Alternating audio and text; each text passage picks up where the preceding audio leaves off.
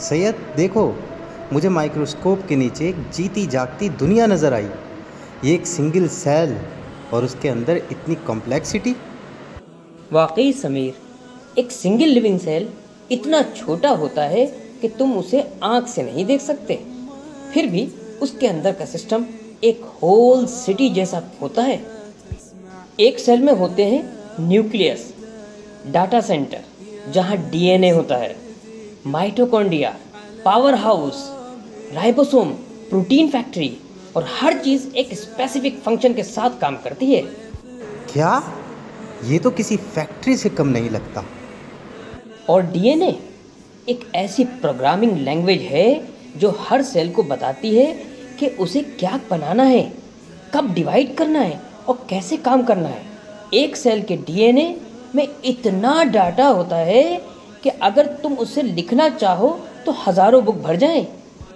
Famous biologist Francis Crick, जो DNA structure discover करने वालों में से एक साइंटिस्ट हैं, उन्होंने लिखा, the origin of life appears to be almost a miracle, so many are the condition which would have had to be satisfied to get it going।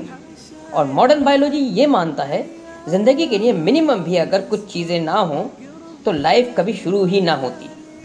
तो क्या ज़िंदगी किसी लाइटनिंग या सूप जैसी चीज़ से रैंडमली शुरू हो गई?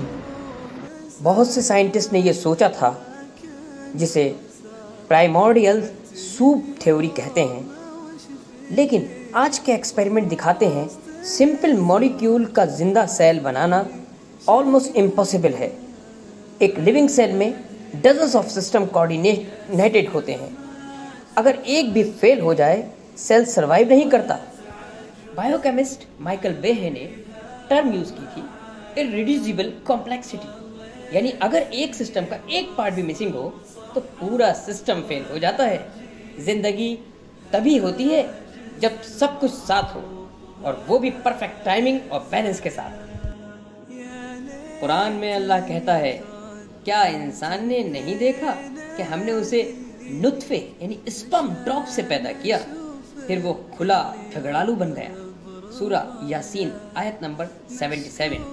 और एक और जगह फरमाया, फिर हमने नुत्फे को एक हैंगिंग क्लॉट बनाया, फिर उस क्लॉट से एक ट्यूब लाइक लम्ब बनाया, फिर उससे हड्डी, और फिर हड्डी पर गोश्त। सूरा अल मोमिनून आयत नंबर 13-14। यानी कुरान ने लाइफ के स्टेजेस एक्सप्लेन किए और आज साइंस उनको कंफर्म करता है। हैरत है सैयद, एक छोटी सी ड्रॉप में भी इतनी लाइफ, इतनी कॉम्प्लेक्सिटी। हाँ, और ये सब रैंडमली नहीं बना। हर फंक्शन, हर मॉलिक्यूल एक परफेक्ट कोडिंग और सीक्वेंस के साथ बना है। ये कोई केमिकल एक्सीडेंट नहीं, ये एक इंटेलिजेंट ओरिजिन का सबूत है। सैयद, जितना मैं सीखता हूँ उतना मुझे लगता है कि लाइफ कोई एक्सीडेंट नहीं, ये तो एक बहुत ही इंटेलिजेंट डिज़ाइन है। बिल्कुल समीर, कल हम बात करेंगे कि कैसे ये सेल मिलकर एक परफेक्ट लिविंग बीइंग बनाते हैं, और क्या इंसान सिर्फ सेल्स का कॉम्बिनेशन है।